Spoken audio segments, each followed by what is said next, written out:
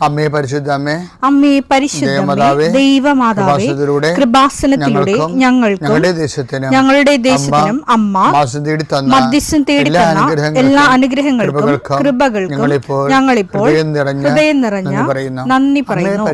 അമ്മേ പരിശുദ്ധമ്മേ, ദൈവമാതാവേ, 2004 ഡിസംബർ 7 ഉച്ചകഴിഞ്ഞ് 2:30 കൃപാസനത്തിൽ സംഭവിച്ച അമ്മയുടെ പ്രത്യക്ഷപ്പെടലിനെ കുറിച്ച് തിരുസഭയ്ക്ക് സമർപ്പിച്ചിരിക്കുന്ന പഠനരേഖകളുടെ മേൽ സഭാത്മകമായ പഠനം ആരംഭിക്കുവാൻ ഞങ്ങൾ പ്രാർത്ഥിക്കുന്നു.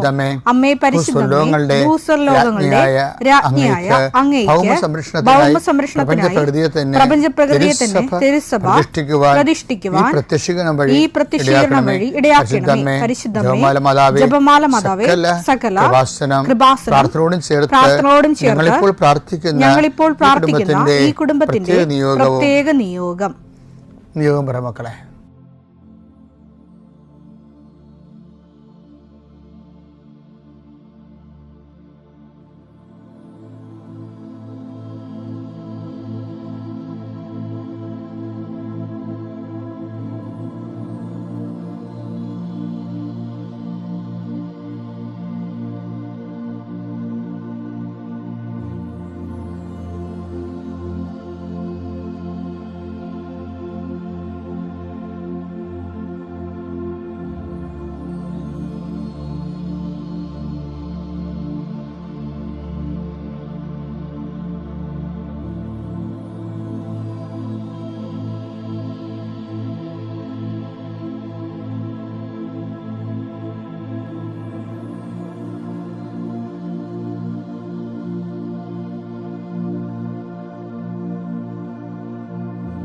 അമ്മയുടെ പ്രത്യക്ഷീകരണത്തിന്റെ ഈ അനുഗ്രഹവേളയിൽ ഞങ്ങൾക്ക് സാധിച്ചു തരുവാൻ കനിയണമേ.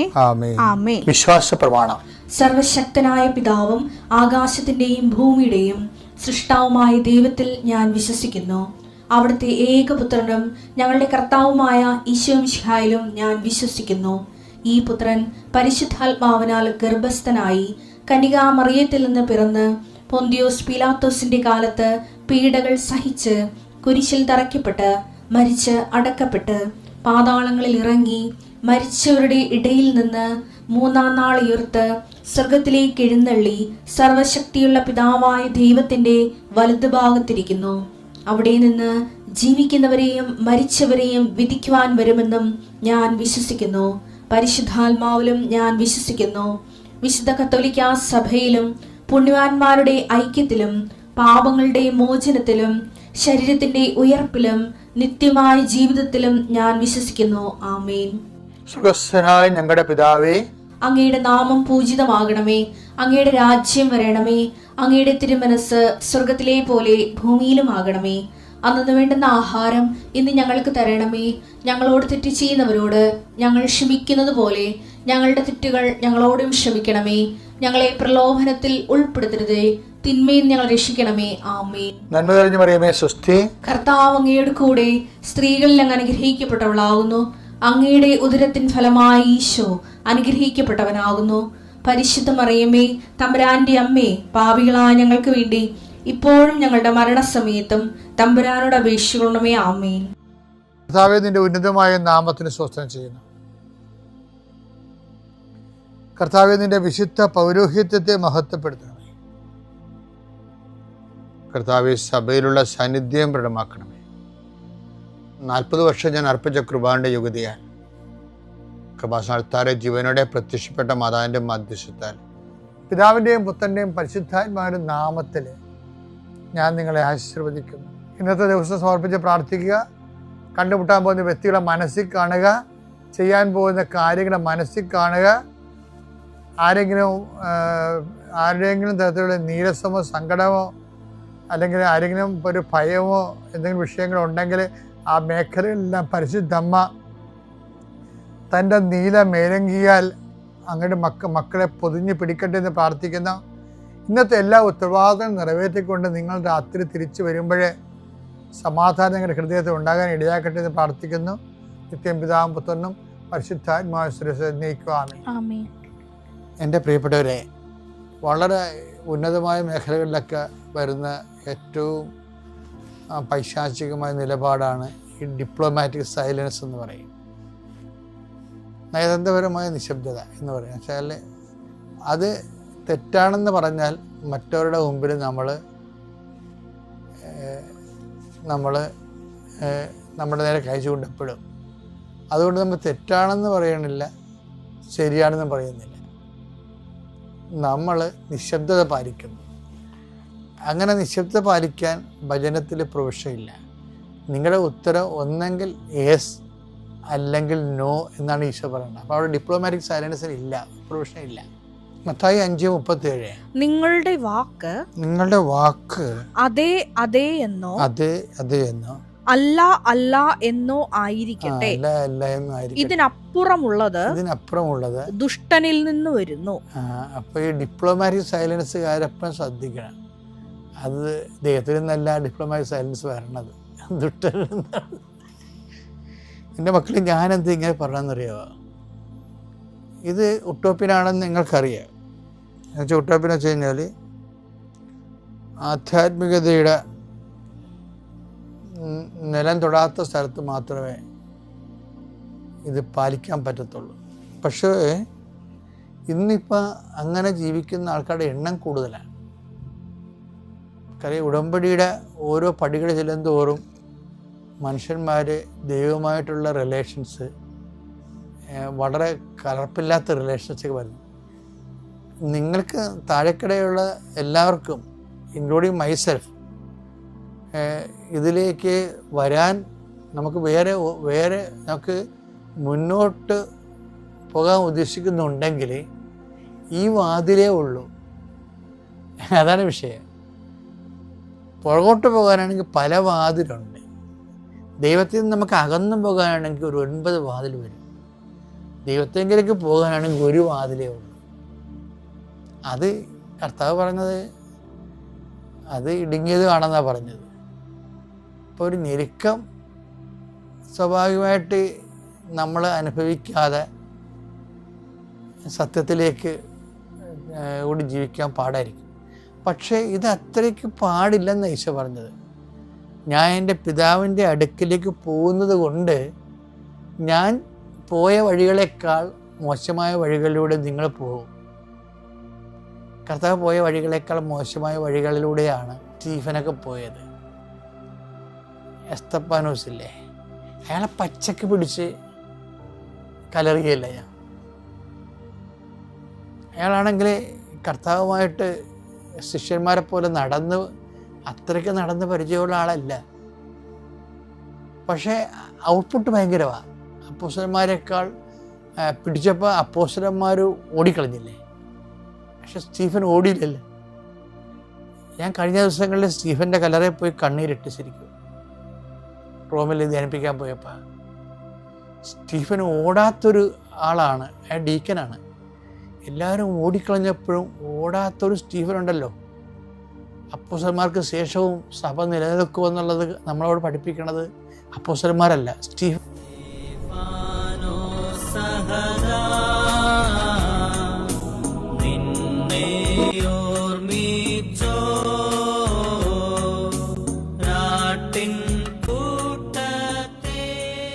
സഭയെക്കുറിച്ചുള്ള രഹസ്യങ്ങൾ നിങ്ങൾ എൻ്റെ മക്കൾ അഭിമാനം കൊള്ളാമെന്ന് പൗലോസ് പറഞ്ഞത് ഇങ്ങനെയാണ്. കാര്യം പൗലോസാണല്ലോ സ്റ്റീഫൻ്റെ സ്പോൺസർ. സ്റ്റീഫൻ്റെ ഈ നിലപാട് കണ്ടത് സൗളല്ലേ. അയാൾ സ്റ്റീഫനെ കണ്ടിച്ചാണ് പറയണത് നമ്മുടെ മതത്തിൻ്റെ രഹസ്യങ്ങൾ മനോഹരമാണ്. അത് സ്റ്റീഫനാണല്ലോ എൻ്റെ മതത്തിൻ്റെ രഹസ്യം. തിമോത്തി 3:16 നമ്മുടെ മതത്തിൻ്റെ രഹസ്യം ശ്രേഷ്ഠമാണെന്ന് ഞങ്ങൾ പ്രഖ്യാപിക്കുന്നു. എങ്ങനെ പ്രഖ്യാപിച്ചതാണത്? സ്റ്റീഫനെ കണ്ടിട്ട് പ്രഖ്യാപിച്ചതാണ്. സ്റ്റീഫനെ കണ്ടല്ലേ ഇങ്ങനെ മറിയണത്. ശരിക്കും ഒരു പക്കാ കൊലപാതകി മറിഞ്ഞ് സാവൂള് സെൻറ്റ് പോളായിട്ട് മാറുന്ന ഒരു കറക്കമുണ്ട്. ആ സ്റ്റീഫൻ കറക്കി കളഞ്ഞ മനുഷ്യനെ. അതാണ് സ്റ്റീഫൻ്റെ മതമാണ് ഇയാളുടെ മനസ്സിരിക്കുന്ന മതം. He has never seen Jesus. ഒരിക്കലും ജീസസിനെ കണ്ടിട്ടില്ല. ജീസസിനെ സ്റ്റീഫനെ കണ്ടോ എന്ന് നമുക്കറിയത്തില്ല. ചെറിയൊരു പാരമ്പര്യം അങ്ങനെ ഉണ്ടെന്നേ ഉള്ളൂ. പക്ഷേ സുവിശേഷ ജീവിതം, 10,000ങ്ങളുടെ സുവിശേഷ ജീവിതം കണ്ട ഒരു മനുഷ്യനാണ്. ഈ മനോഹരമാണ് മതത്തിൻ്റെ രഹസ്യമെന്ന് പൗലോസിനെ കൊണ്ട് പറയിപ്പിക്കാൻ വേണ്ടി പ്രേരണയായത്. എപ്പോഴും ഓർക്കണം, ഇങ്ങനെ ഒരു വിശ്വാസത്തിലേക്ക് വരാൻ കഴിഞ്ഞതിലെ ദൈവത്തോട് നന്ദി പറയണം. എൻ്റെ പേര് ബിൻസി. ഞാൻ മുപ്ലിയം എന്ന സ്ഥലത്തു നിന്നാണ് വരുന്നത്. ഇരിങ്ങാലക്കുട രൂപതയിലാണ് ആ സ്ഥലം. ഇതെൻ്റെ അമ്മ, ഇതെൻ്റെ 2 മക്കൾ. ഒരു മകനും വന്നിട്ടുണ്ട്, അവനവിടെ ഇരിക്കുകയാണ്. അതേപോലെ അപ്പച്ചനും കൂടിയും വന്നിട്ടുണ്ട്. പരിസ്ഥമ്മയ്ക്കും തിരുക്കുമാരനും 1000 നന്ദി. ഞാൻ സാക്ഷ്യം പറയാനുണ്ടായ മെയിൻ കാരണം എനിക്ക് തൈറോയിഡ് വന്നതുകൊണ്ടാണ്. തൈറോയിഡ് കണ്ടുപിടിച്ചത് എൻ്റെ മകൾക്ക് ചുമയും പനിയും വന്നപ്പോൾ ഡോക്ടറെ കാണിക്കാൻ പോയി. അത്രയും നാൾ എനിക്ക് തൈറോയിഡൊന്നും ഉണ്ടായിരുന്നില്ല. പിന്നെ ഡോക്ടർ കാണേണ്ട സമയത്ത് ഡോക്ടറെ പെട്ടെന്ന് കൂടെ എനിക്ക് പോയി. ഞങ്ങളുടെ ടോക്കൺ ആവുന്ന സമയത്ത് ഡോക്ടറെ എനിക്ക് പോയി. അപ്പോൾ ഞങ്ങൾക്ക് കാണാൻ കുറച്ച് ഡിലേ വന്നു. ആ ഡിലേ വന്ന സമയത്ത് നമ്മൾ വെറുതെ ഇരിക്കുമ്പോൾ അറിയാണ്ട് നമ്മുടെ കഴുത്ത് മുഖമൊന്ന് തടവി നോക്കുമല്ലോ. ആ തടവി നോക്കിയ സമയത്താണ് എൻ്റെ കഴുത്തിൽ ചെറിയൊരു തടിപ്പ് പോലെ എനിക്ക് തോന്നിയത്. ആ തടിപ്പ് ഞാൻ അപ്പോൾ ഡോക്ടറെ കാണിക്കേണ്ട, എനിക്ക് ഒന്നാമത് ഇങ്ങനെയുള്ള സംഭവങ്ങളൊക്കെ ഡോക്ടറെ കാണിക്കാൻ ഭയങ്കര പേടിയായിരുന്നു. അപ്പോൾ എൻ്റെ തൊട്ടപ്പുറത്തിരുന്ന ചേച്ചി പറഞ്ഞു, മോളെ നീ ആ തടിപ്പും കൂടി ഒന്ന് കാണിച്ചു എന്ന് പറഞ്ഞു. അപ്പോൾ ഞാൻ പറഞ്ഞു, ചേച്ചി ഞാൻ ടോക്കൺ എടുത്തിട്ടില്ല, അപ്പോൾ ഞാൻ എങ്ങനെ കാണിക്കാമെന്ന് ചോദിച്ചാൽ പറഞ്ഞു, വേണ്ട മോളെ, മോളുടെ ടോക്കണിൽ തന്നെ ഒന്ന് കാണിച്ചോ എന്ന് പറഞ്ഞു. അപ്പം ഞാൻ ആ ഡോക്ടറെ കണ്ടപ്പോൾ മോളുടെ വിവരം പറയുന്നതോടൊപ്പം തന്നെ എൻ്റെ ഈ തടിപ്പും പറഞ്ഞു. അപ്പോൾ ഡോക്ടർ പറഞ്ഞു, ഇത് തൈറോയിഡാണ്, സർജറി എന്തായാലും വേണ്ടി വരും എന്ന് പറഞ്ഞു. അപ്പോൾ സ്കാൻ ചെയ്യാനും ബ്ലഡ് ടെസ്റ്റ് ചെയ്യാനൊക്കെ എഴുതി തന്നു. ഞാൻ എന്നിട്ട് അന്ന് തന്നെ ഉച്ചതിരിഞ്ഞ് ഈ സ്കാനല്ല ബ്ലഡ് ടെസ്റ്റ് ചെയ്യൽ അന്ന് നടത്തി. വേറൊരു ദിവസം സ്കാനിങ്ങും നടത്തി. സ്കാൻ ചെയ്ത് കഴിഞ്ഞ് ആദ്യം ഡോക്ടറെ കാണിച്ചപ്പോൾ ഡോക്ടർ പറഞ്ഞു, എന്തായാലും സർജറി വേണ്ടി വരും എന്ന് പറഞ്ഞു. അപ്പം എനിക്ക് ഭയങ്കര പേടിയായി. അപ്പം ഞാൻ എൻ്റെ അമ്മയോട് പറഞ്ഞു, അമ്മ എനിക്ക് തൈറോയിഡ് ഉണ്ട്, എനിക്ക് ആകെ പേടിയാവണമെന്ന് പറഞ്ഞു. അപ്പം അമ്മച്ചി പറഞ്ഞു, എൻ്റെ തൊണ്ടയിൽ അമ്മച്ചി തൈലം പുരട്ടി തന്നു. അതോടൊപ്പം തന്നെ എനിക്ക് അമ്മച്ചി തേനും തരുന്നുണ്ടായിരുന്നു. ഞാൻ എന്നിട്ട് പറഞ്ഞു, മോളെ നീ കൃപാസനത്തിൽ വന്ന് ഉടമ്പടി എടുക്ക്, മോളുടെ എല്ലാം മാറുമെന്ന് പറഞ്ഞു.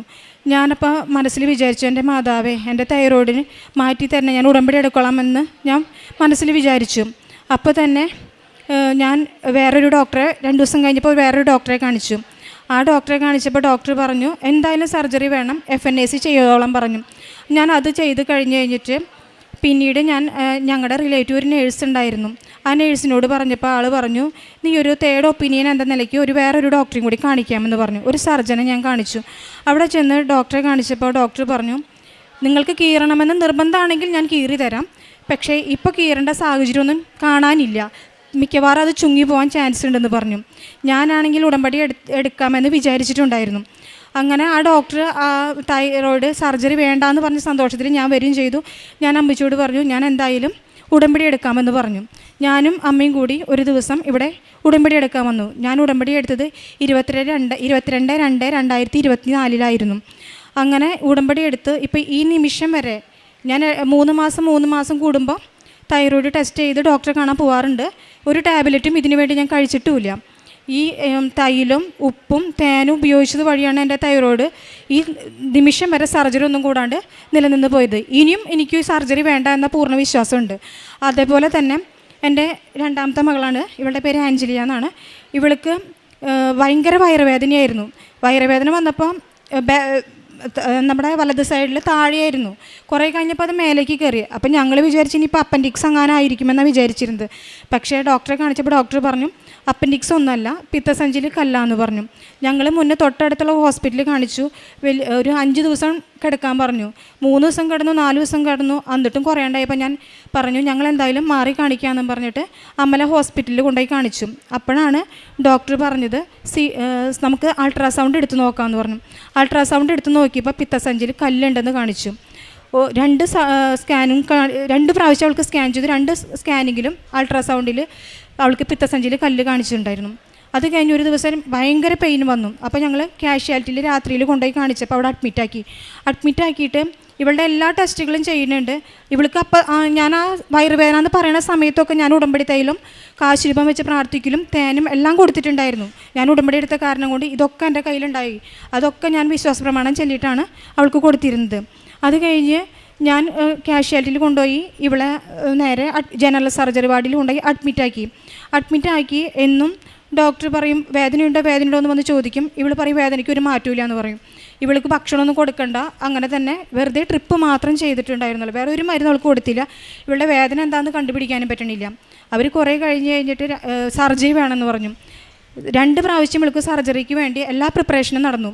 അത് കഴിഞ്ഞ് ആ സർജറിക്ക് വേണ്ട ഡ്രസ്സ് മാത്രം മാറ്റി പോകേണ്ട സമയത്ത് ഒരു ഡോക്ടർ പറഞ്ഞു നമുക്ക് CT സ്കാനും കൂടി എടുക്കാമെന്ന് പറഞ്ഞു. ആ CT സ്കാൻ ചെയ്ത് അതിൻ്റെ റിസൾട്ട് വന്നപ്പോൾ ആ പിത്തസഞ്ചിയിൽ കല്ല് കാണാനില്ല. ഇവളെ സ്കാൻ ചെയ്യാൻ പോണതിന് മുന്നേ ഉടമ്പടി തൈലം അവളുടെ മേത്ത്, ആ വയറിൻ്റെ ഭാഗത്ത് വിശ്വാസ പ്രമാണം ചൊല്ലി കുരിശ് വരച്ച് തൈലം തട്ടിയിരുന്നു. അതോടൊപ്പം തന്നെ കാശുരൂപം വെച്ച് പ്രാർത്ഥിച്ചു. അതേപോലെ തന്നെ വിശ്വാസ പ്രമാണം ചൊല്ലി കാശുരൂപം വെച്ച് പ്രാർത്ഥിച്ച് തയനും കൊടുത്തിട്ടൊക്കെയാണ് ഇവളെ ഞാൻ CT സ്കാനിന് കൊണ്ടുപോയത്. എപ്പോൾ പോകുമ്പോഴും മാതാവിൻ്റെ ഈ കൊന്ത എൻ്റെ കയ്യിലുണ്ടാവും. എവിടേക്ക് പോവുകയാണെങ്കിലും ആ കൊന്ത എൻ്റെ കയ്യിലുണ്ടാവും, കാശുരൂപം എൻ്റെ കയ്യിലുണ്ടാവുമായിരുന്നു. ആ CTയിൽ അവളുടെ കല്ല് മാതാവ് പൂർണ്ണമായി എടുത്തു മാറ്റി. പിന്നെ എനിക്ക് തലവേദന ഉണ്ടായിരുന്നു. തലവേദന 10-15 വർഷമായിട്ടുള്ള തലവേദനയായിരുന്നു. തലവേദന ഭയങ്കര കാഠിന്യമുള്ള തലവേദന. ഒരു വെയിൽ കൊണ്ടു കഴിഞ്ഞാൽ അപ്പം എനിക്ക് തലവേദന, പുറത്തേക്ക് ഇറങ്ങാൻ പറ്റില്ല. തുണി വരെ ഞാൻ തലയിൽ കെട്ടിവെക്കാറുണ്ടായിരുന്നു തലവേദന മൂലം. ലൈറ്റ് ഇടുമ്പോൾ വെളിച്ചം കാണുമ്പോഴൊക്കെ എനിക്ക് തലവേദനയാണ്, ഭയങ്കര തലവേദന വരും. ഞാൻ നിക്കാക്കളി ഇല്ലാണ്ടിരിക്കുന്ന സമയത്ത് മാത്രം ഞാൻ ഒരു പാരസെറ്റമോൾ കഴിക്കും. പിന്നീട് എനിക്ക് മനസ്സിലായി ഈ പാരസെറ്റമോളൊന്നും കഴിച്ചിട്ട് ഒരു കാര്യമില്ലെന്ന് മനസ്സിലായി. ഞാനപ്പോൾ വിശ്വാസപ്രമാണം ചൊല്ലി ഉടമ്പടി തൈലം മാത്രം പുരട്ടി പ്രാർത്ഥിച്ചു. അതോടൊപ്പം തന്നെ ഞാൻ തേനും കഴിക്കുമായിരുന്നു. ഈ തലവേദന, ഇത്രയും കാലം ഉണ്ടായിരുന്ന തലവേദന എനിക്ക് ഇപ്പോൾ ഈ ഉടമ്പടി എടുത്തതിന് ശേഷം ഇതുവരെ വന്നിട്ടില്ല. യേശുവേ നന്ദി, യേശുവേ സ്തുതി. ഇതൊക്കെ ഉണ്ടായത് മാതാവിൻ്റെ കാരുണ്യം കൊണ്ടാണ്. പിന്നെ എനിക്ക് മകളുടെ എഡ്യൂക്കേഷൻ ലോണിന് വേണ്ടിയിട്ട് ഞാൻ അപേക്ഷ വെച്ചിട്ടുണ്ടായിരുന്നു. അപ്പോൾ എല്ലാവരും പറഞ്ഞു വേറെ ലോണുള്ളവർക്ക് എഡ്യൂക്കേഷൻ ലോൺ പാസ്സാവാൻ ഭയങ്കര ബുദ്ധിമുട്ടാണെന്ന് പറഞ്ഞിരുന്നു. പക്ഷേ മാതാവിനോട് ഞാൻ എഡ്യൂക്കേഷൻ ലോണിൻ്റെ ആ പേപ്പർ കൊടുക്കുന്ന സമയത്ത് ആ തൈലെടുത്ത് മാതാവിൻ്റെ തൈലം വിശ്വാസപ്രമാണം ചൊല്ലി ആ ഫോമിമൊക്കെ ഞാൻ കുരിശടയാളം വരച്ച് പ്രാർത്ഥിച്ചിട്ടുണ്ടായിരുന്നു. അതിൻ്റെ ഫലമായിട്ട് ആ എഡ്യൂക്കേഷൻ ലോൺ അവൾക്ക് പാസ്സാവുകയും അവൾക്ക് അതിനോടൊപ്പം തന്നെ ഒരു സീറ്റ് കിട്ടുകയും ചെയ്തു. അവൾക്ക് +2 മാർക്ക് കിട്ടുകയാണെങ്കിൽ ഞാൻ സാക്ഷ്യം പറയാമെന്ന് പറഞ്ഞിരുന്നു. അങ്ങനെ വിശ്വാസപ്രമാണം ചൊല്ലി പ്രാർത്ഥിച്ച് എന്നും പ്രാർത്ഥിച്ച് അവൾ വിട്ടിരുന്നത് ഞാൻ എക്സാമിനൊക്കെ. അപ്പോൾ തന്നെ അവൾക്ക് റിസൾട്ട് വന്നപ്പോൾ തിരക്കേടില്ലാത്ത രീതിയിലുള്ള മാർക്കൊക്കെ അവൾക്ക് കിട്ടി. പിന്നെ ഇപ്പോൾ അവൾ BTech എഞ്ചിനീയറിങ്ങിനാണ് പഠിക്കുന്നത്. ഗ്രാഫിക്സ് എക്സാം അവൾക്ക് ഭയങ്കര ടഫായിരുന്നു. അപ്പോൾ അവൾ പറഞ്ഞിരുന്നു അവൾക്ക് ഒന്നാമത് ഗ്രാഫിക്സ് ഇഷ്ടമില്ലാത്തൊരു സബ്ജക്റ്റ്. അപ്പോൾ ഓണേന് മുന്നേ അവൾ പറഞ്ഞു എനിക്കൊന്നും പഠിച്ചു കഴിഞ്ഞിട്ടില്ല, എനിക്ക് ഒരു ഉറപ്പില്ല മമ്മയെന്ന് പറഞ്ഞു. അപ്പോൾ ഞാൻ പറഞ്ഞു മോളെ നീ പോകും വഴിക്ക് ഡെയിലി ബ്രെഡ് കണ്ടു പോടി എന്ന് പറഞ്ഞു. അങ്ങനെ അവൾ പോകും വഴിക്ക് ഡെയിലി ബ്രെഡ് കണ്ട് പോയി. അതിൻ്റെ ഫലമായിട്ട് ആ എക്സാം നല്ല എളുപ്പത്തോടു കൂടി അവൾക്ക് എഴുതാനും സാധിച്ചു.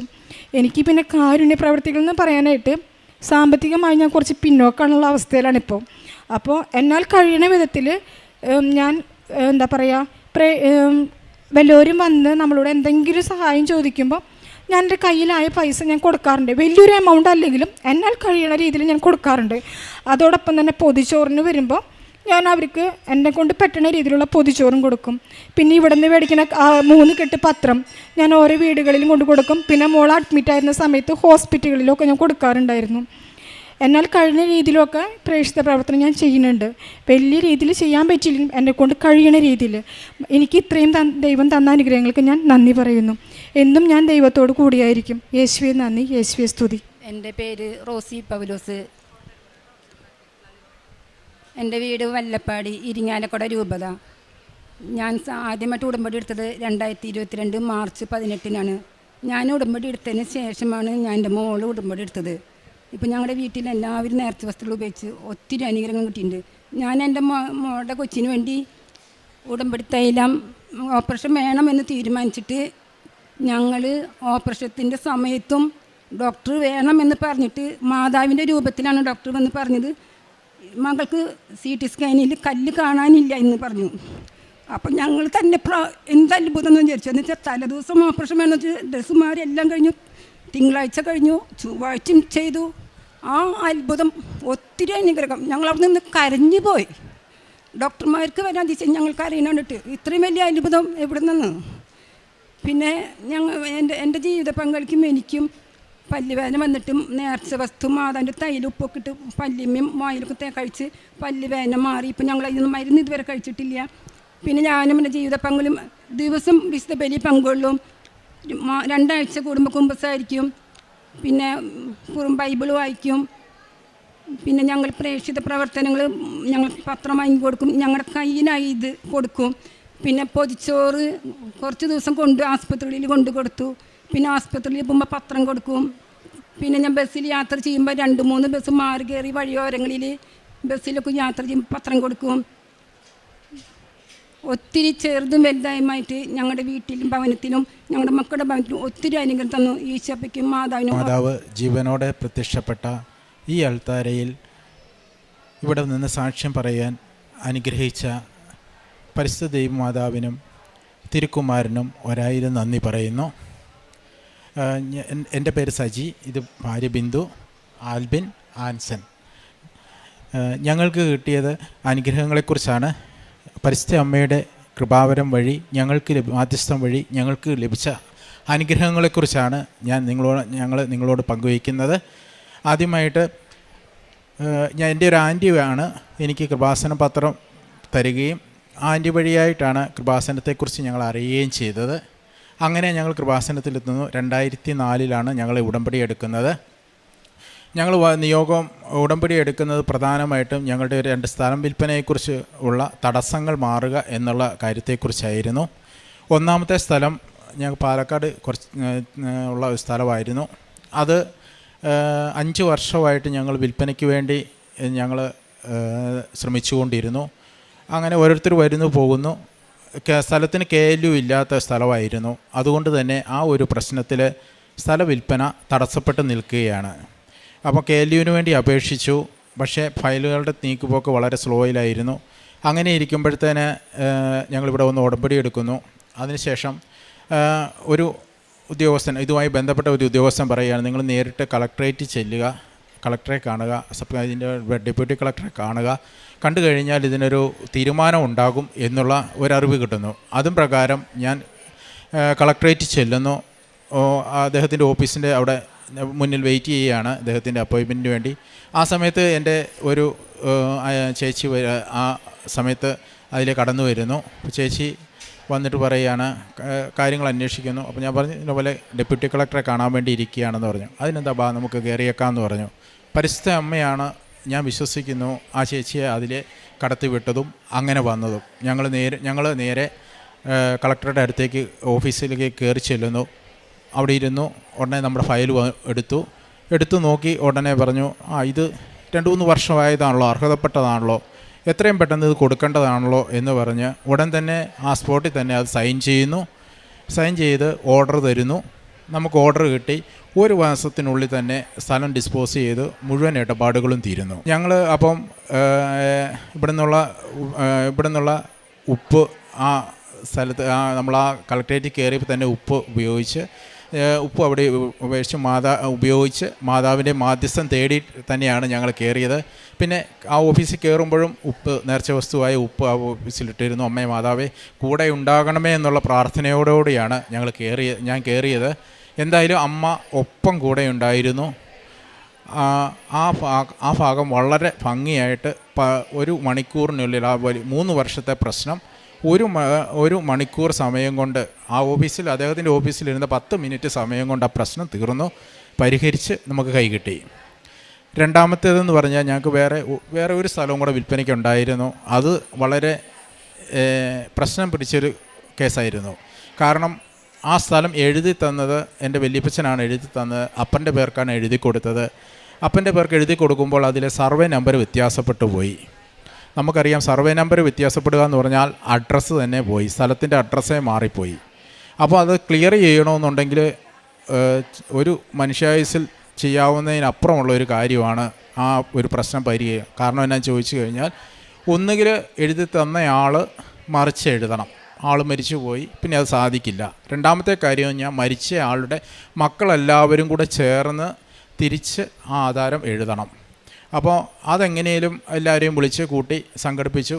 അത് ആധാരം എഴുതാനുള്ള കാര്യങ്ങളെല്ലാം വന്നപ്പോഴത്തേനാണ് വലിയൊരു പ്രതിസന്ധി അവിടെ വരുന്നത്.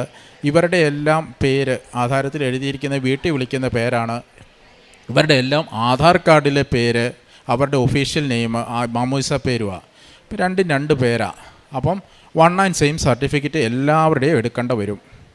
അപ്പോൾ അങ്ങനെ എടുക്കണമെന്നുണ്ടെങ്കിൽ 1/7 സർട്ടിഫിക്കറ്റ് അവരവരുടെ വില്ലേജിൽ പോയി അവരവരുടെ വില്ലേജ് ഓഫീസറുടെ നിന്ന് 1/7 സർട്ടിഫിക്കറ്റ് എടുത്ത് വരിക എന്ന് പറഞ്ഞു കഴിഞ്ഞാൽ ഒരു മനുഷ്യായുസ്സിൽ തീർക്കാവുന്ന ഒരു പ്രശ്നമൊന്നുമല്ല. പക്ഷേ അവിടെയും മാതാവ് വളരെ ഭംഗിയായിട്ട് ഞങ്ങൾക്ക് വേണ്ടി പ്രവർത്തിച്ചു. ഓരോ ഓഫീസിലും നമ്മൾ ചെല്ലുമ്പോഴും മാതാവിൻ്റെ മാധ്യസ്ഥ അപേക്ഷിച്ച് ആ ഒപ്പിസിലിട്ട് നമ്മൾ കയറി ചെന്ന് നമ്മൾ കാര്യങ്ങൾ അവതരിപ്പിച്ച് കഴിയുമ്പോൾ ആരെങ്കിലും ആ ഓഫീസിൽ ആരെങ്കിലും ഒരാൾ പരിചയക്കാരനായിട്ട് വരുന്നു. സാറേ ഇത് ഒപ്പിട്ട് കൊടുത്തോ, എനിക്ക് വ്യക്തിപരമായിട്ട് പേഴ്സണലി അറിയുന്ന വ്യക്തിയാണ്, ധൈര്യമായിട്ട് ഒപ്പിട്ട് കൊടുത്തോ എന്ന് പറഞ്ഞ് സാറേ ഒപ്പിട്ട് സാറേ എന്ന് പറഞ്ഞ് നിർബന്ധിച്ച് അങ്ങനെ അത്രയും ഫ്രീഡത്തോടെ ഒപ്പിടിച്ച് നമുക്ക് ആ സർട്ടിഫിക്കറ്റ് കിട്ടുകയാണ്. അങ്ങനെ സർട്ടിഫിക്കറ്റ് എല്ലാം കളക്ട് ചെയ്ത് ഞങ്ങൾ ഈ ആധാരം തിരിച്ച്, അതായത് അതിൻ്റെ പഴയാധാരം തിരുത്തി എഴുതി വന്നു കഴിഞ്ഞപ്പോഴത്തേന് തന്നെ നമുക്ക് സ്ഥലത്തിൻ്റെ വിൽപ്പനയ്ക്കുള്ള വാങ്ങാനുള്ള ആൾ റെഡിയായിട്ട് വരുന്നു. അവർ ആ സ്ഥലം വിൽപ്പനയ്ക്ക് അവർ വാങ്ങാൻ റെഡിയായിട്ട് വരുന്നു, പൈസ തരുന്നു, സ്ഥലം വാങ്ങുന്നു. അങ്ങനെ അത് രണ്ടാമത്തെ ഒരു കാര്യവും നടന്നു. മൂന്നാമത്തെ എന്ന് പറഞ്ഞാൽ എൻ്റെ മൂത്ത മോൻ്റെ കാര്യമാണ്. അവൻ +1 +2 പഠിച്ചത് ഹ്യൂമാനിറ്റീസ് ആയിരുന്നു. അവന് ആഗ്രഹം BCAക്ക് പോകാനാണ്. അപ്പം നമുക്കെല്ലാവർക്കും അറിയാം, സയൻസ് ഗ്രൂപ്പ് എടുത്തവർക്ക് BCAക്കിലേക്ക് പോകാനായിട്ട് ഇതുവരെയും നിയമപരമായിട്ടുള്ള അനുവാദമുള്ളൂ. അപ്പോൾ അങ്ങനെ വന്നപ്പോൾ ഈ ഒരു കാര്യത്തെ സമർപ്പിച്ചുകൊണ്ട് ഞങ്ങൾ വീണ്ടും ഉടമ്പടി എടുത്ത് പ്രാർത്ഥിച്ചു. അപ്പോൾ അങ്ങനെ പ്രാർത്ഥിച്ചു. ഒരു വർഷം കടന്നു, അടുത്ത വർഷമായപ്പോഴത്തേന് ഈ നിയമം തന്നെ അങ്ങോട്ട് മാതാവ് മാറ്റി എഴുതി തരികയാണ് ചെയ്യുന്നത്. അതായത് എല്ലാ ഗ്രൂപ്പിലും, അതായത് +1 +2 ഏത് സ്ട്രീമിൽ പോകുന്നവർക്കും BCAക്ക് പോകാം എന്നുള്ള നിയമം പുതിയതായിട്ട് വരുന്നു. KTU യൂണിവേഴ്സിറ്റിയിൽ ആ നിയമം നമ്മുടെ ഇവിടെ അവിടെ പാസ്സായി. ആ നിയമപ്രകാരം ഇപ്പോൾ അവന് BCA ഫസ്റ്റ് ഇയറിന് പഠിക്കുന്നു. ഇനി അതും കൂടാതെ ഈ വിവരം ഞങ്ങൾ അറിയുന്നില്ല, ഇങ്ങനെയൊരു നിയമമാറ്റം ഉണ്ടായ വിവരം. അപ്പം നമ്മൾ ഇങ്ങനെ ഒരു ദിവസം വെറുതെ നെറ്റിലിരുന്ന് തപ്പിക്കൊണ്ടിരുന്നപ്പോഴാണ് ഇങ്ങനെയൊരു ചേഞ്ച് ഉണ്ട് എന്നും അടുത്തുള്ള നമ്മുടെ കോളേജുകളിലെല്ലാം KTUവിൻ്റെ അഫിലിയേഷനുള്ള കോളേജുകൾ ഏതൊക്കെയും തപ്പിക്കൊണ്ട് വന്നപ്പോൾ ഞങ്ങളുടെ തൊട്ടടുത്ത് തന്നെയുള്ള കോളേജിൽ ഒരേ ഒരു സീറ്റ്, ജസ്റ്റ് ഇവന് വേണ്ടി മാത്രം ഒരേ ഒരു സീറ്റ് മാതാവ് അവിടെ റിസർവ് ചെയ്ത് വെച്ചിരിക്കുന്നു. ഞങ്ങൾ വിളിക്കുന്നു, ഒരു സീറ്റുണ്ട്, നാളെ വന്ന് ജോയിൻ ചെയ്തോളൂ എന്ന് പറയുന്നു. അതും പ്രകാരം പിറ്റേ ദിവസം ഞങ്ങൾ ചെല്ലുന്നു, ഫീസ് അടയ്ക്കുന്നു, ജോയിൻ ചെയ്യുന്നു. ഒരു ദിവസത്തെ ക്ലാസ് പോലും നഷ്ടപ്പെടാത്ത രീതിയിൽ കൃത്യമായിട്ട് അവന് ഇപ്പം BCA സെക്കൻഡ് സെമ്മിലേക്ക് പോകുന്നു. ഇവിടെയും ഞങ്ങൾ നേർച്ച വസ്തുക്കൾ എവിടെയും നമ്മുടെ ആയുധം നേർച്ച വസ്തുവാണ്. മാതാവിൻ്റെ ഉപ്പാണ് നമ്മുടെ എല്ലാ ആയുധം. അപ്പം അവിടെ എല്ലാം ചെല്ലുമ്പോഴെല്ലാം ഈ നേർച്ച വസ്തുക്കൾ അവിടെ നിക്ഷേപിച്ച് അവിടെ അങ്ങനെയാണ് ആ ഓരോ കാര്യങ്ങൾക്ക് വേണ്ടിയും ഞങ്ങൾ മുന്നോട്ട് പോയിക്കൊണ്ടിരുന്നത്. അതിൻ്റേതായ ഫലമുണ്ടായി. മാതാവ് ഞങ്ങളുടെ കൂടെ നിന്ന് ഇവന് വേണ്ടി ഒരൊറ്റ സീറ്റ് മാത്രമാക്കി അവിടെ റിസർവ് ചെയ്ത് വെക്കുകയും ആ സീറ്റിൽ ചേരാൻ സാധിക്കുകയും ചെയ്തു. ഇനി ഇളയ മകന്, അവൻ 10ാം ക്ലാസ്സിലായിരുന്നു, അവൻ ഒരു ആവറേജ് സ്റ്റുഡൻ്റ് ആയിരുന്നു. അപ്പം അവന് പരീക്ഷയുടെ സമയമായി. അപ്പം ഞങ്ങളിവിടെ വന്ന് അച്ഛനെ കണ്ടു, അവൻ്റെ തലയ്ക്ക് പിടിച്ച് പ്രാർത്ഥിച്ചു. അച്ഛൻ അവനൊരു ആശീർവദിച്ചു കൊടുത്തു. ആ പരീക്ഷയിൽ അവന് ഉന്നത വിജയം കരസ്ഥമാക്കിക്കൊണ്ട് 90% മാർക്കോടെ പാസ്സാകാനായിട്ട് അവന് സാധിച്ചു. ഇത്രയും അനുഗ്രഹങ്ങൾ തന്ന പരിശുദ്ധ ദൈവമാതാവിനും തിരുക്കുമാരനും 1000 നന്ദി അർപ്പിച്ചു കൊള്ളുന്നു. പിന്നെ ഞങ്ങളുടെ കാരുണ്യ പ്രവൃത്തികളെന്ന് പറഞ്ഞു കഴിഞ്ഞാൽ പ്രേക്ഷിത പ്രവൃത്തികൾ ആദ്യം പറയാം. ഞങ്ങൾ പത്രം ഉണ്ട്, ഇവിടെ നിന്ന് കിട്ടുന്ന പത്രം ഞങ്ങൾ അവിടെ ആശുപത്രികളിലും രോഗികളായി വരുന്ന ഈ മെഡിക്കൽ ലാബുകളിലുമെല്ലാം ഞങ്ങൾ വിതരണം ചെയ്യുന്നു. നമ്മുടെ സാക്ഷ്യം പറഞ്ഞുകൊണ്ട്, നമ്മുടെ അനുഭവം പറഞ്ഞുകൊണ്ട് അവരോട് സാക്ഷ്യപ്പെടുത്തി അവരോട് പറയുക. പിന്നെ അനുദിന വിശുദ്ധ കുർബാനയിൽ പങ്കുചേരുക. അച്ഛൻ്റെ ഡെയിലി ബ്രെഡ് എല്ലാ ദിവസവും മുടക്കം കൂടാതെ കാണുക. ഇതൊക്കെയായിരുന്നു ഞങ്ങളുടെ ആത്മീയമായ കാര്യങ്ങൾ. പിന്നെ കാരുണ്യ പ്രവൃത്തികളെന്ന് പറഞ്ഞു കഴിഞ്ഞാൽ അനാഥാലയങ്ങളെ സന്ദർശിക്കുക, അവർക്ക് വേണ്ട സഹായങ്ങൾ ചെയ്തു കൊടുക്കുക, ഓർഫനേജുകളിൽ പോവുക, പിന്നെ മറ്റ് സാമ്പത്തിക സഹായങ്ങൾ ആവശ്യമുള്ളവർക്ക് കൊടുക്കുക. അങ്ങനെ എല്ലാ മറ്റുള്ളവരിൽ യേശുവിൻ്റെ മുഖം കണ്ടുകൊണ്ട് ആ രീതിയിൽ പ്രവർത്തിച്ചുകൊണ്ടുള്ള ഒരു രീതിയാണിത്. പരിശുദ്ധ അമ്മ ജീവനോടെ പ്രത്യക്ഷപ്പെട്ട ഈ കൃപാസനാൽത്താരയിൽ കുടുംബത്തോടെ അമ്മയുടെ നാമമഹത്വത്തിനായി ഞങ്ങളെ ഇവിടെ വിളിച്ചതിനെ ഓർത്ത് പരിശുദ്ധ അമ്മയ്ക്കും ഈശോയ്ക്കും ആദ്യമേ നന്ദി ചൊല്ലുന്നു. എൻ്റെ പേര് യൂജിൻ നിക്ലോസ്, ഭാര്യയുടെ പേര് വെർജിൻ, നിൽക്കുന്ന കുഞ്ഞുമോൻ്റെ പേര് കരോൾ വൈറ്റിവ. മൂത്ത 2 പെൺകുട്ടികളുണ്ട്. ഒരാൾ മലപ്പുറത്ത് EMS കോളേജിലും മറ്റൊരാൾ കോഴിക്കോട് ശ്രീ ആഞ്ജനേയ കോളേജിലും പഠിച്ചുകൊണ്ടിരിക്കുകയാണ്.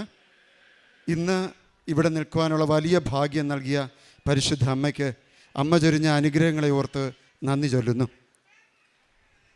ഞാൻ 2023 ജനുവരി മാസം 20-ാം തീയതി ഉടമ്പടിയെടുത്തു. ഇതെൻ്റെ 2ാമത്തെ സാക്ഷ്യമാണ്. ഈ കൃപാസനം പരിചയപ്പെടുക എന്നുള്ളത് യൂട്യൂബിലൂടെ കൃപാസനത്തിൻ്റെ ഉടമ്പടി ശുശ്രൂഷകളൊക്കെ അച്ഛൻ്റെ ധ്യാനമൊക്കെ നേരത്തെ കേൾക്കുമായിരുന്നു. അങ്ങനെ കൃപാസനത്തിൽ വരണമെന്നുള്ള ആഗ്രഹമുണ്ടായി. അന്വേഷിച്ചപ്പോൾ എൻ്റെ ഇടവകയിൽ നിന്ന് തന്നെ, ഞാൻ തിരുവനന്തപുരം സ്വദേശിയാണ്, തിരുവനന്തപുരം അതിരൂപതയിൽ സെൻറ്റ് നിക്ലോസ് ദേവാലയത്തിൽ നിന്നാണ് വരിക. അങ്ങനെ ഞാൻ ഇവിടെ വരാൻ വേണ്ടിയുള്ള അന്വേഷണങ്ങൾ നടത്തിയപ്പോൾ എൻ്റെ ഇടവകയിൽ തന്നെയുള്ള മേരി സേവ്യർ എന്നുള്ള ഒരു സഹോദരി വർഷങ്ങളായി വളരെയേറെ ഓരോ മാസവും ആയിരക്കണക്കിന് മക്കളെ ഇവിടെ കൂടെ കൊണ്ടുവന്ന് ഉടമ്പടി ധ്യാനവും പരിശുദ്ധ അമ്മയുടെ മധ്യസ്ഥ പ്രാർത്ഥനയ്ക്ക് വേണ്ടി ഇവിടെ കൊണ്ടുവരുന്ന ആ സഹോദരിയെ ഓർത്ത് ദൈവത്തിന് നന്ദി പറയുന്നു. അമ്മ കാണിച്ചു തന്നതിനെ ഓർത്ത് നന്ദി പറയുന്നു. മുടങ്ങാതെ മാക്സിമം മാസങ്ങളിലൊക്കെ ഞാനിവിടെ എത്തും, വന്ന് നന്ദി ചൊല്ലി പ്രാർത്ഥിക്കും. ഉടമ്പടി പത്രവും അതുപോലുള്ള ഉടമ്പടി വസ്തുക്കളും വാങ്ങി പോവുകയും ചെയ്യും. ഇപ്പോൾ എനിക്ക് പറയാനുള്ള എൻ്റെ ആദ്യത്തെ സാക്ഷ്യം എന്ന് പറയുന്നത്, ഒരു 9 മാസങ്ങൾക്ക് മുമ്പ് കുടുംബ പ്രാർത്ഥന ചൊല്ലുന്ന വേളയിൽ ഭാര്യ എന്നോട് പറഞ്ഞിരുന്നു, എൻ്റെ തലയൊന്ന് നോക്ക്. ഞാൻ നോക്കിയപ്പോഴേക്കും ഒരു ചെറുനാരങ്ങയുടെ വലിപ്പത്തിൽ പകുതി മുറിച്ചാൽ കിട്ടുന്ന അതേ അളവിൽ ഒരു മുഴ ഉച്ചിയിൽ ഇരിപ്പുണ്ടായിരുന്നു. അപ്പോൾ എന്നും ഞങ്ങൾ ഈ ഉടമ്പടി എടുത്ത നാൾ മുതൽ കുടുംബ പ്രാർത്ഥനാ സമയത്ത് എല്ലാവർക്കും ഞങ്ങൾ ഉടമ്പടി തൈലം വിശ്വാസ പ്രമാണം ചൊല്ലുന്ന ആ വേളയിൽ നെറ്റിയിൽ തേച്ച് കൊടുക്കും. ഒപ്പം ശരീരത്തിൽ എവിടെയെങ്കിലുമൊക്കെ എന്തെങ്കിലും അസ്വസ്ഥതകളുണ്ടെങ്കിൽ അവിടെയും ഇത് തേച്ച് ഉടമ്പടി തൈലം പൂശി ഞങ്ങൾ പ്രാർത്ഥിക്കാറുണ്ട്. അങ്ങനെ അന്ന് രാത്രി കുടുംബ പ്രാർത്ഥനാ സമയത്ത് എൻ്റെ ഭാര്യ പറഞ്ഞ ആ സമയത്ത് ഞാൻ പ്രത്യേകിച്ച് ഒരു അൾത്താര തന്നെ തയ്യാറാക്കി കൃപാസന അമ്മയുടെ രൂപം പ്രതിഷ്ഠിച്ചിട്ടുണ്ട്. അതുപോലെ ഫോട്ടോയും പ്രതിഷ്ഠിച്ചിട്ടുണ്ട്. അമ്മയുടെ മുഖത്ത് നോക്കി എന്ത് പ്രാർത്ഥിച്ചു എന്ന് എനിക്കറിയില്ല. ഒരു നിമിഷം ആ ജപമാലയുടെ സമയത്ത് അമ്മയെ നോക്കി ഉടമ്പടി തൈലം ആ തലയിലൊന്ന് കുരിശ് വരച്ചു കൊടുത്തു. പിറ്റേ ദിവസം ഇതേപോലെ ആള് സ്കൂളിൽ പഠിപ്പിക്കുന്ന അധ്യാപികയും കൂടിയാണ്. വൈകുന്നേരത്ത് പകലൊന്നും ചോദിക്കാൻ സാധിച്ചില്ല, ഉടമ്പടി തൈലം പൂശിക്കൊടുത്തു. 2-ാം ദിവസവും കുടുംബ പ്രാർത്ഥനാ സമയത്ത് തല കാണിക്ക് ഞാൻ ഉടമ്പടി തൈലം പൂശാമെന്ന് പറഞ്ഞുകൊണ്ട് തല ഇങ്ങനെ കുനിച്ച് തന്നതും അവിടെ ഒന്നും തന്നെ ഇല്ല എന്നുള്ളതാണ്. ഈ മുഴ കണ്ട ആ രാത്രി തന്നെ ഉള്ളിലൊരു ഭയമുണ്ടായി. കാരണം നമുക്കറിയാം തലയുടെ ഭാഗങ്ങളിലൊക്കെ മുഴ വരുമ്പോൾ ഉണ്ടാകുന്ന അസ്വസ്ഥതകൾ, നമ്മൾ വൈദ്യപരിശോധനയ്ക്ക് പോയിക്കഴിഞ്ഞാൽ ഉണ്ടാകുന്ന എന്തൊക്കെ അസ്വസ്ഥതകൾ ഉണ്ടാകുമെന്നുള്ള ഒരു ഉൾഭയം എൻ്റെ മനസ്സിലുണ്ടായിരുന്നു. ആ ഭയത്തോടെയാണ് ഞാൻ പരിശുദ്ധ അമ്മയെ നോക്കി ഈ ഉടമ്പടി തൈലം പുരട്ടിക്കൊടുത്തതും. പിറ്റേ ദിവസവും പുരട്ടാൻ വേണ്ടി തല ഒന്ന് കുനിക്കാൻ വേണ്ടി പറഞ്ഞപ്പോഴാണ് അവിടെ ഒന്നും തന്നെ ഇല്ല, അത് അപ്രത്യക്ഷമായിരിക്കുന്നു. അതിൻ്റെ തുടർന്നുള്ള ഭാഗങ്ങൾ ഭാര്യ തന്നെ സംസാരിക്കുന്നതായിരിക്കും. തലയിൽ എപ്പോൾ ഈ മുഴ ഉണ്ടായി എന്ന് എനിക്കറിയില്ല. പക്ഷേ കുറച്ചൊന്ന് പൊങ്ങി മുടി ചീകാനായിട്ട് ചീപ്പെടുത്ത് മുടി ചീകുമ്പോഴേക്കും ആ ഭാഗത്ത് തൊടുമ്പോൾ തന്നെ ഭയങ്കര വേദന. പിന്നെ ഞാൻ വിചാരിക്കും അത് അവിടെ ഇരുന്നോട്ടെ എന്ന് വിചാരിച്ച് മുടി ചീകും. പക്ഷേ മുടി ആ ഭാഗത്ത് ഇങ്ങനെ നല്ല പൊങ്ങിയിരിക്കും. അങ്ങനെ കുറേ നാൾ കൊണ്ട് നടന്ന് ഞാൻ ഒന്നും പറഞ്ഞില്ല. എനിക്ക് വേദനയും ഉണ്ട്. അങ്ങനെ വന്നപ്പോഴാണ് ഞാൻ പറഞ്ഞു, നോക്ക് എന്നെക്കൊണ്ട് കുറച്ച് വേദനയുണ്ട്, എന്ത് പറ്റിയോ എന്തോ. അടുത്ത ദിവസമായപ്പോഴേക്കും കുളിച്ച് വന്ന് ഞാൻ മുടി ചീകിയിട്ട് വെറുതെ ചീപ്പ് വെച്ച് ഒന്ന് ചീകി ആ ഭാഗത്ത് എന്തായാലും ചീകണ്ട എന്ന് വിചാരിച്ച് മുകളിലൂടെ ഒന്ന് ചീകി വന്നപ്പോഴേക്കും ആ മൊത്തത്തിലൊരു എന്തോ ഒരു സാധനം ഇങ്ങനെ ഇളകി വരുന്ന പോലെ എനിക്ക് തോന്നി. നോക്കിയപ്പോൾ കുറച്ചൊരു കട്ടിയിലൊരു ഭാഗം ഇളകി വരികയും അവിടെ ചെറിയൊരു മുറിവ് വലിയ മുറിവല്ല, ജസ്റ്റ് ആ ഇളകി വന്ന ഭാഗത്ത് ചെറിയൊരു മുറിവ് മാത്രം ഉണ്ടായിരുന്നു. അത് പിന്നെ തൈലം ഇട്ടപ്പോഴേക്കും ഉടമ്പടി തൈലം ഇട്ട് അത് വേഗം ഉണങ്ങി പോവുകയും ചെയ്തു. അത് വന്നത് അതുപോലെ മൊത്തത്തിൽ ഇളക്കി ആരോ ഇളക്കി മാറ്റിയതുപോലെ ഒറ്റ ദിവസം കൊണ്ട് അതങ്ങ് മാറിപ്പോയി. പരിശുദ്ധ അമ്മയ്ക്ക് നന്ദി പറയുന്നു. രണ്ടാമത്തെ സാക്ഷി എന്ന് പറയുക, ഈ നിൽക്കുന്ന മകൻ്റെ ശരീരത്തിൽ ത്വക്കിൻ്റെ ഒരു അലർജി രോഗമുണ്ട്. തല മുതൽ കാല് വരെയുണ്ട് എന്ന് പറയാം. ഒത്തിരി എനിക്ക് തോന്നുന്നൊരു 3 പ്രാവശ്യം ഇതിൻ്റെ സ്പെഷ്യലിസ്റ്റ് ഡോക്ടറിനെ കൊണ്ട് കാണിച്ചു. അവർ തരുന്ന ഓയിൽമെൻറ്റും മറ്റ് മെഡിസിനും ഒക്കെ കൊടുത്തിരുന്നു. പക്ഷെ ഉള്ളിലൊരു നിരാശ. കാരണം ഞാൻ ഉടമ്പടി എടുത്തു, പക്ഷേ എൻ്റെ മക്കൾക്ക് എന്താ പറയുക, എനിക്കെന്ത് തന്നെ അസുഖം വന്നാലും ഞാൻ ഉടമ്പടി തൈലം വളരെ വിശ്വാസത്തോടുകൂടി, അതുപോലെ എന്നും രാവിലെ കുർബാനയ്ക്ക് പോകുന്നതിന് മുമ്പ് ഉടമ്പടി ഉപ്പ് വെള്ളത്തിൽ ചാലിച്ച് ഞാൻ എന്നും കുടിക്കും. അതെൻ്റെ ആദ്യത്തെ ഭക്ഷണമാണ്. ഞാനത് നിർബന്ധമായിട്ടും കുടിച്ചിരിക്കും. അത് കുടിച്ചിട്ട് തന്നെയാണ് ദേവാലയത്തിലേക്ക് കുർബാനയ്ക്ക് പോവുകയും.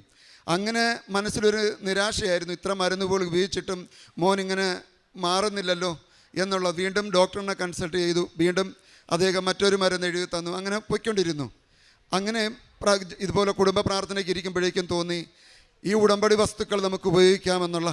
അങ്ങനെ ഞാൻ എന്ത് ചെയ്തു, എൻ്റെ ഉള്ളം കയ്യിൽ ഇടത് കയ്യിൽ 1 നുള്ളുപ്പ്, 3 തുള്ളി ഉടമ്പടി തൈലം, ഒരല്പം തേന്, ഇത് 3ഉം കൂടെ തള്ളവിരൽ കൊണ്ട് മറുകൈൻ്റെ വിരൽ കൊണ്ട് ചാലിച്ചുകൊണ്ട് ഞാനിത് മരുന്ന് പോലെ വിശ്വാസത്തോടുകൂടി ഉപയോഗിക്കുമായിരുന്നു.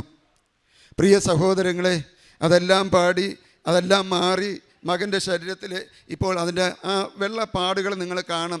ഇല്ല എങ്കിൽ നമ്മൾ മാക്സിമം നമ്മൾ പുറത്തിറക്കുമ്പോഴേക്കും ആരും കാണാതിരിക്കാൻ വേണ്ടി എന്താ പറയുക, ഫുൾ കൈയുള്ള ഷർട്ടോ ബനിയനോ ഒക്കെ ആയിരിക്കും നമ്മൾ ഇട്ട് കൊടുക്കുക. പക്ഷേ ഇന്ന് പരിശുദ്ധ അമ്മ കൃപാസനമ്മയുടെ വലിയ മധ്യസ്ഥതയിൽ ആ വലിയൊരു മുറിവ് അല്ലെങ്കിൽ അങ്ങനെയുള്ള ഒരു അവസ്ഥ മകനിൽ നിന്നും അത് മാറിക്കിട്ടി. അമ്മയ്ക്ക് എത്ര കണ്ട് നന്ദി അർപ്പിച്ചാലും മതി വരില്ല. മൂന്നാമത്തെ സാക്ഷ്യം എന്ന് പറയുക, നമുക്കറിയാം ഒക്ടോബർ മാസം 1-ാം തീയതി മുതൽ 31-ാം തീയതി വരെ ലോകമാസകലം കത്തോലിക്ക സഭയിൽ ജപമാല മാസമായി ആഘോഷിക്കുകയാണ്. എൻ്റെ ഇടവകയിലും 31 ദിവസവും ഞങ്ങളുടെ കുരിശടി ചാപ്പലിൽ വെച്ച് ജപമാല ചൊല്ലി എല്ലാ ദിവസവും പ്രാർത്ഥിക്കാറുണ്ട്. അപ്പോഴേക്കുമായിരുന്നു ഒരാഗ്രഹം തോന്നി, 31-ാം തീയതി സമാപന ദിവസമാണ്, നല്ല രീതിക്ക് മാതാവിന് അങ്ങനെ ഒരു നല്ലൊരു ശുശ്രൂഷയുണ്ട്, അതിലേക്ക് വേണ്ടി ആ ഒരു ചാപ്പൽ നല്ല രീതിക്കൊന്ന് അലങ്കരിക്കാമെന്ന്. രാത്രി ഒരു 11:30 എനിക്ക് തോന്നുന്നു. ഇപ്പോൾ നമ്മളായിരിക്കുന്ന ഈ ആരാധനാലയത്തിൻ്റെ ഇത്രയും പൊക്കമുണ്ട് എൻ്റെ ആരാധനാലയവും. അങ്ങനെ വലിയ ഏണിയിൽ നിന്ന് ജോലി ചെയ്യുമ്പോഴേക്കും ഇലക്ട്രിക് ഷോക്ക് അടിച്ചു. ഇലക്ട്രിക് ഷോക്ക് അടിച്ചിട്ട് ഒന്ന് വിറച്ചത് മാത്രം അറിയാം. പിന്നെ എനിക്ക് തോന്നുന്നു ആ തൂണ് മുതൽ ഈ തൂണിൻ്റെ ഇത്രയും ഡിസ്റ്റൻസിൽ എടുത്തൊരു എറിഞ്ഞു എന്നെ. മാതാവേ എന്ന് വിളിച്ചുകൊണ്ട് ഞാൻ വീണത് മാത്രം അറിയാം. പക്ഷേ ഈ ബോർഡർ മുഴുവനും നമ്മുടെ ഒരു 2 അടി പൊക്കത്തിലൊരു ഫൗണ്ടേഷനുണ്ട്. ഈ ഫൗണ്ടേഷൻ്റെ വിളിമ്പെന്ന് പറയുന്നത് അറിയാമല്ലോ, നമ്മുടെ സിമൻറ്റ് കോർണർ ഇത് വരുന്ന ഇങ്ങനെ എന്താ പറയുന്ന വാള് പോലെ ഇരിക്കുന്ന ഭാഗമാണ്. ആ ഭാഗത്ത് അരിഞ്ഞു വന്ന് വീണു. ഞാൻ ഇത്രയും പൊക്കത്തു നിന്ന് എടുത്തെറിഞ്ഞപ്പോഴേക്കും നല്ല വീഴ്ച, എൻ്റെ നെഞ്ചോടുകൂടി എൻ്റെ ഈ ഭാഗത്ത് നല്ല വീഴ്ച കിട്ടി. അപ്പോൾ എൻ്റെ കൂടെയുള്ളവർ എടുത്ത് പൊക്കാൻ ശ്രമിച്ചിട്ടും എനിക്ക് നെഞ്ചിൻ്റെ ഈ ഭാഗം എന്തൊക്കെയോ ഉള്ളിൽ തകർന്നതുപോലുള്ളൊരു അവസ്ഥ പോലെ എനിക്ക് തോന്നി. എങ്കിലും അവിടെ ഇരുന്നു കൊണ്ട്, ചാപ്പലിൽ ഇരുന്നു കൊണ്ട് മാതാവേ മാതാവേ എന്നൊരു 100 പ്രാവശ്യമെങ്കിലും ഞാൻ വിളിച്ചു, എനിക്കൊരാശ്വാസം തരണമേ എന്ന്. കാരണം രാവിലെ 5:30 മണിക്ക് ഈ ചാപ്പലിൽ വെച്ച് കുർബാനയുണ്ട്. ഞങ്ങൾ ചെയ്തുകൊണ്ടിരിക്കുന്ന ജോലി ഏകദേശം പകുതി ആയിട്ടുള്ളൂ. ഇനിയും പകുതി ജോലി പൂർത്തിയാക്കണം. ഇനി ഞാനല്ലാതെ അത് മറ്റൊരാൾ ചെയ്യാനുമില്ല. നെഞ്ചാണെങ്കിലോ അത്രയ്ക്കും വേദന കൊണ്ട് പൊളയുകയായിരുന്നു ഞാൻ. പക്ഷേ എങ്കിലും ഞാൻ തന്നെ വീണ്ടും പരിശുദ്ധ അമ്മയെ മുറുകെ പിടിച്ചുകൊണ്ട്, കൃപാസന അമ്മയെന്ന് പറഞ്ഞുകൊണ്ട് തന്നെയാണ് മുറുകെ പിടിച്ചുകൊണ്ട് ഞാൻ ഈ ഏണിയിൽ ഓരോ ഏണിയിലും ഞാൻ ഓരോ സ്ഥലത്തും കയറി ഈ ജോലി പൂർത്തിയാക്കി. ഞാനൊരു 1:30 മണിയായപ്പോഴേക്കും 12:30 1 മണിയായപ്പോഴേക്കും ഞാൻ വീട്ടിലെത്തി. ഞാൻ വൈഫിനെ എഴുന്നേൽപ്പിച്ച് പറഞ്ഞു, എനിക്കിങ്ങനൊരു ഇൻസിഡൻറ്റ് ഉണ്ടായിട്ടുണ്ട്, ഒന്ന് നോക്കാൻ പറഞ്ഞു. നോക്കിയപ്പോഴേക്കും വളരെയേറെ ബുദ്ധിമുട്ടാണ് ആ ഭാഗം. പക്ഷേ എങ്കിലും ഞാൻ പറഞ്ഞു എനിക്ക് രാവിലെ 5:30-ക്കുള്ള കുർബാനയ്ക്ക് പോയേ പറ്റൂ. അമ്മയോട് പ്രാർത്ഥിച്ചിട്ട് ഉടമ്പടി തൈലം പൂശി ഞാൻ കിടന്നുറങ്ങി. രാവിലെ 5 മണിയായപ്പോഴേക്ക് എഴുന്നേറ്റ് പ്രത്യക്ഷീകരണ പ്രാർത്ഥന ചൊല്ലി കുർബാനയ്ക്കും പോയി പങ്കെടുത്തു. അന്ന് ഉച്ചയ്ക്ക് ശേഷം 2 മണി മുതൽ വൈകുന്നേരം രാത്രി 11 മണി വരെ ഉള്ള എല്ലാ ശുശ്രൂഷയിലും ഇതിലെനിക്ക് ഏറ്റവും വലിയ ഭാഗ്യമെന്ന് ഞാൻ കരുതുക. 1 മണിക്കൂർ ഞാൻ ഇത്രയേറെ ആ ഒരു അനുഭവം കിട്ടിയിട്ട് ഈ ജപമാലയുടെ സമയങ്ങളിൽ എനിക്കൊരു വേദനയോ മറ്റൊന്നുമില്ല. ഞാൻ 1 മണിക്കൂർ നേരം പരിശുദ്ധ അമ്മയുടെ മുമ്പിലിരുന്ന് മുട്ടിന്മേലിരുന്ന് ജപമാല ചൊല്ലി. ഞങ്ങളുടെ ഇടവക മുഴുവനും ചുറ്റി ജപമാല റാലി ഉണ്ടായിരുന്നു. ഈ റാലിയിലും ഞാൻ എല്ലാവരെയും പോലെ നടക്കുകയായിരുന്നു.